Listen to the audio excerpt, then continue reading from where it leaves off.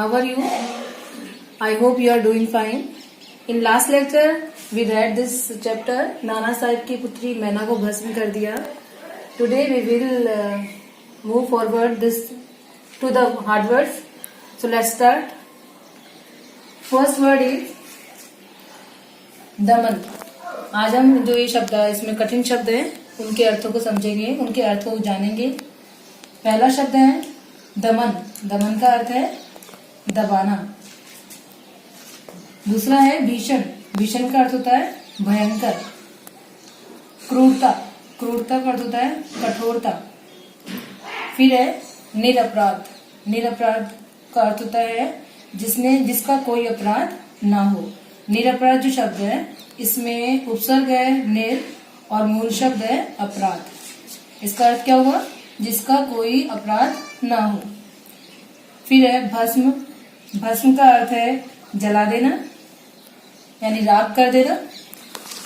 रोमांचकारी. रोमांचकारी का अर्थ है रोंगटे खड़े करने वाला. द्रवीभूत.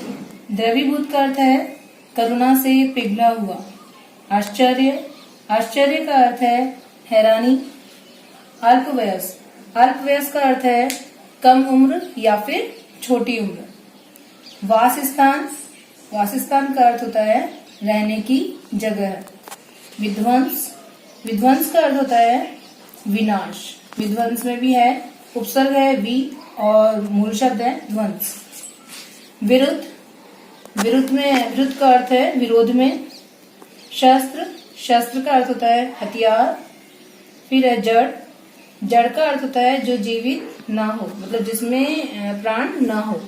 इसके बाद है अनुरोध. अनुरोध का अर्थ होता है प्रार्थना. पूर्व. पूर्व का अर्थ है पहले. होश उड़ना. होश उड़ना का अर्थ है घबरा जाना. होश उड़ना एक मुहावरा भी है, इसका अर्थ हो गया घबरा जाना. सहचरी. सहचरी का अर्थ होता है सखी या फिर साथिन. विनयपूर्वक. विनयपूर्वक का अर्थ है नरमी से. असंभव. असंभव में अर्थ होगा जो न हो सके. असंभव में भी उपसर्ग है अ और मूल शब्द है संभव. इसका मीनिंग हुआ जो न हो सके. संध्या. संध्या का अर्थ है सांझ या फिर शाम. मत. मत का अर्थ है विचार. स्मृति चिन्ह. स्मृति मतलब याद, तो इसका अर्थ हुआ स्मृति चिन्ह का याद रखने योग्य निशानी. चिन्ह होता है निशानी. सुविशाल. सुविशाल का अर्थ है बहुत बड़ा. सुविशाल में भी वही है, उपसर्ग है सु और मूल शब्द है विशाल. फिर है मिट्टी में मिलाना. मिट्टी में मिलाना भी एक मुहावरा है जिसका अर्थ है पूरी तरह नष्ट करना. दुर्दांत. दुर्दांत इसका अर्थ है जिसे दबाना कठिन हो. कलंक. कलंक का अर्थ है धब्बा. फिर है संहार. संहार का अर्थ है विनाश. संहार में भी मूल शब्द है हार और उपसर्ग है सम. सम प्लस हार तो बन गया संहार, तो इसका अर्थ हो गया विनाश. फिर है वृद्धावस्था. वृद्धावस्था का अर्थ होता है बुढ़ापा. मोहित. मोहित का अर्थ है मुग्ध. प्रेमालाप. प्रेमालाप का अर्थ क्या होता है? प्रेम का व्यवहार. स्वच्छ. स्वच्छ का अर्थ है साफ. स्वच्छ में भी उपसर्ग है सु और मूल शब्द है अच. सु प्लस अच, इसका अर्थ क्या हो गया? साफ. उज्जवल. उज्जवल का अर्थ क्या है? उजला. उज्जवल में भी मूल शब्द है ज्वल और उपसर्ग है उठ. किससे बना है ये? उत प्लस ज्वल. उज्जवल. इसका अर्थ क्या हो गया? उजला. अब है भग्नावशिष्ट. भग्नावशिष्ट. इसका अर्थ है खंडर. फिर है प्रासाद. प्रासाद का अर्थ क्या होता है? महल. कराल. कराल का अर्थ है भयंकर. आर्त. आर्त का अर्थ क्या होता है? दुखी. फिर है पाषाण हृदय. पाषाण मतलब होता है पत्थर और हृदय मतलब दिल या मन, तो इसका अर्थ क्या हुआ? पाषाण हृदय. पत्थर से दिल वाला, जिसका मतलब जिसका दिल पत्थर के समान हो, वो होता है पाषाण हृदय. इतिहास वेत्ता. इतिहास वेत्ता का अर्थ है इतिहास का जानकार. जो इतिहास को जानने वाला है उसे कहते हैं इतिहास वेत्ता. एकमात्र. एकमात्र का अर्थ होता है केवल एक या फिर सिर्फ एक। अनुपमा, अनुपमा का अर्थ होता है जिसकी समानता न की जा सके, मतलब या फिर जिसकी उपमा न की जा सके, वो होता है अनुपमा। तो हमने इन सब का अर्थ समझा। अब हम आगे नीचे जो प्रश्नोत्तर है उनके बारे में पढ़ेंगे, उन्हें समझेंगे। बालिका मैना ने सेनापति हे को कौन कौन से तर्क देकर महल की रक्षा के लिए प्रेरित किया होगा? मतलब जो बालिका मैना थी उसने क्या क्या कहा होगा जिसके कारण वो महल की रक्षा कर सके। तो इसमें कई तर्क हैं, इसका आंसर हम कर सकते हैं। बालिका मैना ने सेनापति से महल की रक्षा हेतु निम्न तर्क दिए होंगे। हमारा पहला तर्क होगा कि यह वो जो स्थान था, वो महल था, वो उसे बहुत ज्यादा प्रिय था। बालिका ने सेनापति को और उसकी जो सेनापति की बेटी थी मैरी, उन दोनों की दोस्ती के बारे में बताया होगा। और जो महल है वो जड़ पदार्थ है, उसका कोई इसमें दोष नहीं था, उसने कुछ भी अंग्रेजों का नहीं बिगाड़ा था, ये भी एक कारण हो सकता है। या फिर बालिका ने कहा होगा कि जिसने अंग्रेजों के विरुद्ध लड़ाई लड़ी है, हथियार उठाए हैं या जो अपराध किया है, उनको उनसे बदला लेना चाहिए और इस जड़ पदार्थ महल से नहीं। दूसरा हमारा प्रश्न है, मैना जड़ पदार्थ मकान को बचाना चाहती थी पर अंग्रेज उसे नष्ट करना चाहते थे, क्यों? अब हमें इसे बताना है कि जो मैना थी उसने इस मकान को बचाने की, वो इस मकान को क्यों बचाना चाहती थी, और अंग्रेज थे वो उसे नष्ट क्यों करना चाहते थे। तो पहले हम पढ़ेंगे मैना के बारे में, कि मैना के बारे में बताएंगे। जो मैना थी वो उस मकान को या फिर उस महल को इसलिए बचाना चाहती थी क्योंकि वह उसी महल में पली बड़ी थी, उसे बहुत ज्यादा प्रेम था, उसे बहुत लगाव था, इसलिए वो उसे बचाना चाहती थी।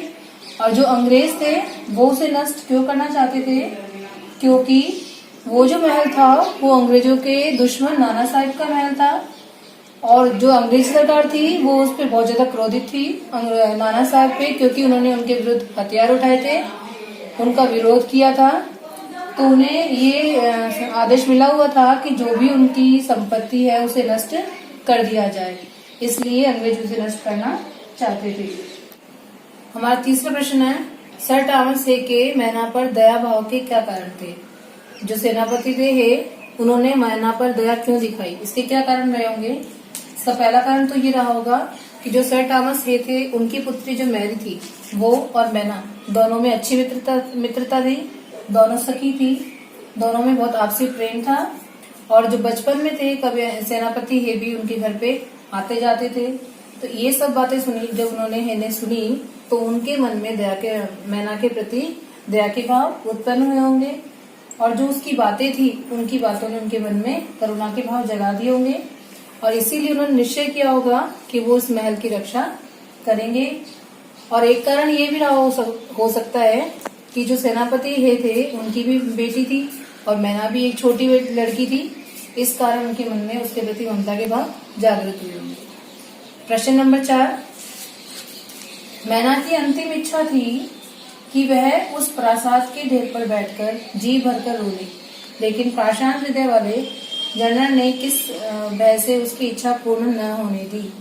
मतलब मैना की अंतिम इच्छा क्या थी कि जो महल का ढेर था जिसको अंग्रेजों ने जलाकर राख कर दिया था, उस महल के ढेर पर बैठकर वो जी भरकर रोना चाहती थी, लेकिन जो जनरल था उसने इसको क्यों पूरा नहीं होने दिया, क्योंकि उसे डर था कि जिस प्रकार जो नाना साहब थे वो उस कानपुर छोड़कर भाग गए, उसी प्रकार उनकी बेटी जो मैना थी वो भी उस जगह को छोड़कर ना भाग जाए।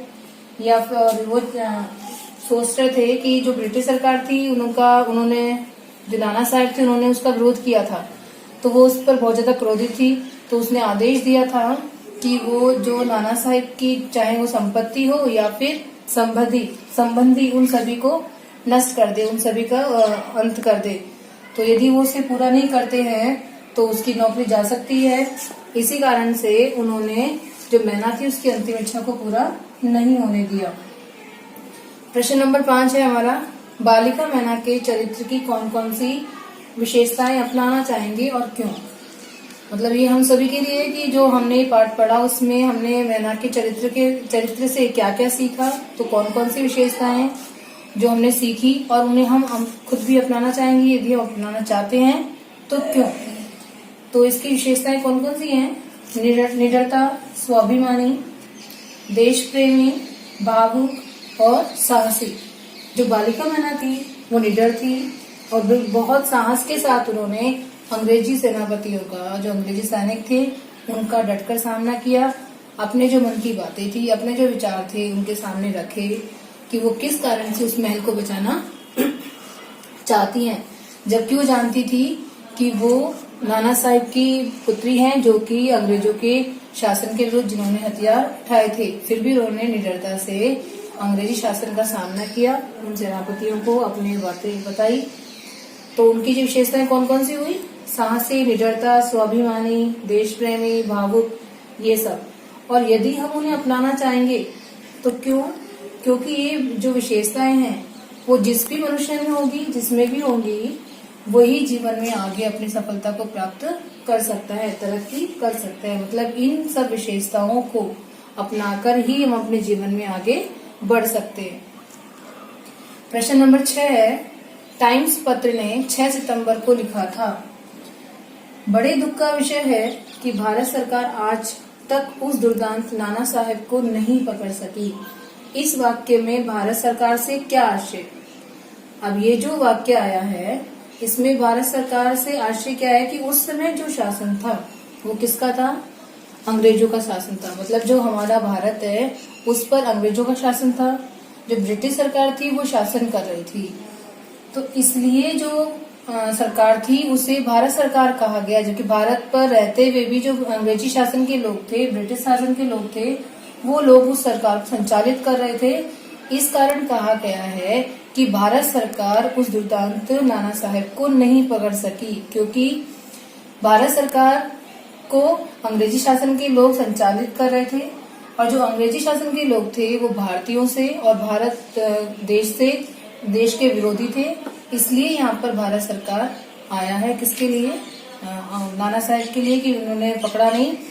तो भारत सरकार का अर्थात ब्रिटिश शासन ही है, क्योंकि वो उसे संचालित कर रही थी, इसलिए इसे कहा गया भारत सरकार। अब आज हमने आपके सारे प्रश्न उत्तर पढ़ लिए, समझ लिए।